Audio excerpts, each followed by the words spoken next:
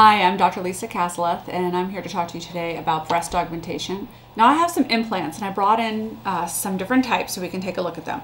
So this is your basic saline implant. Now these implants are received empty, so saline does have some advantages. So this little guy here is the fill valve.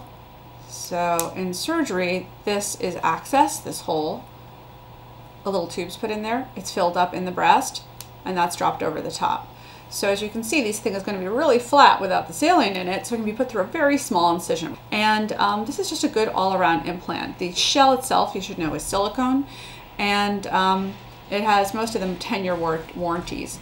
So the negative about this, and you can just see it looking here, is it ripples. So see these kind of little lines in here, and the feeling, if you can see it, is very water balloony. So if you've got a B breast and you're going to a C, my rule of thumb actually is if you've got a breast where you're not doubling the size or more, this is a good implant. So if your breast is going to be though more than half implant, it might look a little water balloony.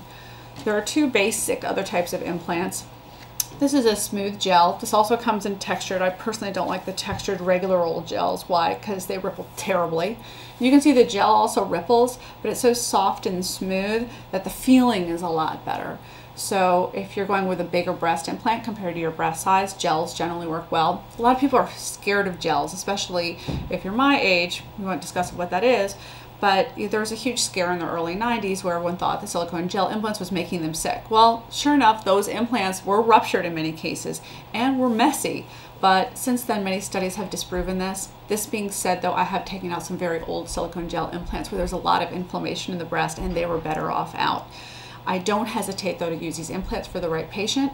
We just monitor, make sure that they're safe. And now they have very safe track record so that the rupture rate is extremely low. And the newest implant in the industry is the gummy bear implant. This is highly cohesive gel, so you can see it really holds a shape if we desire to have a shape. It's made lots of different ways. This is a textured one that's shaped. You can see it's kind of boob shaped.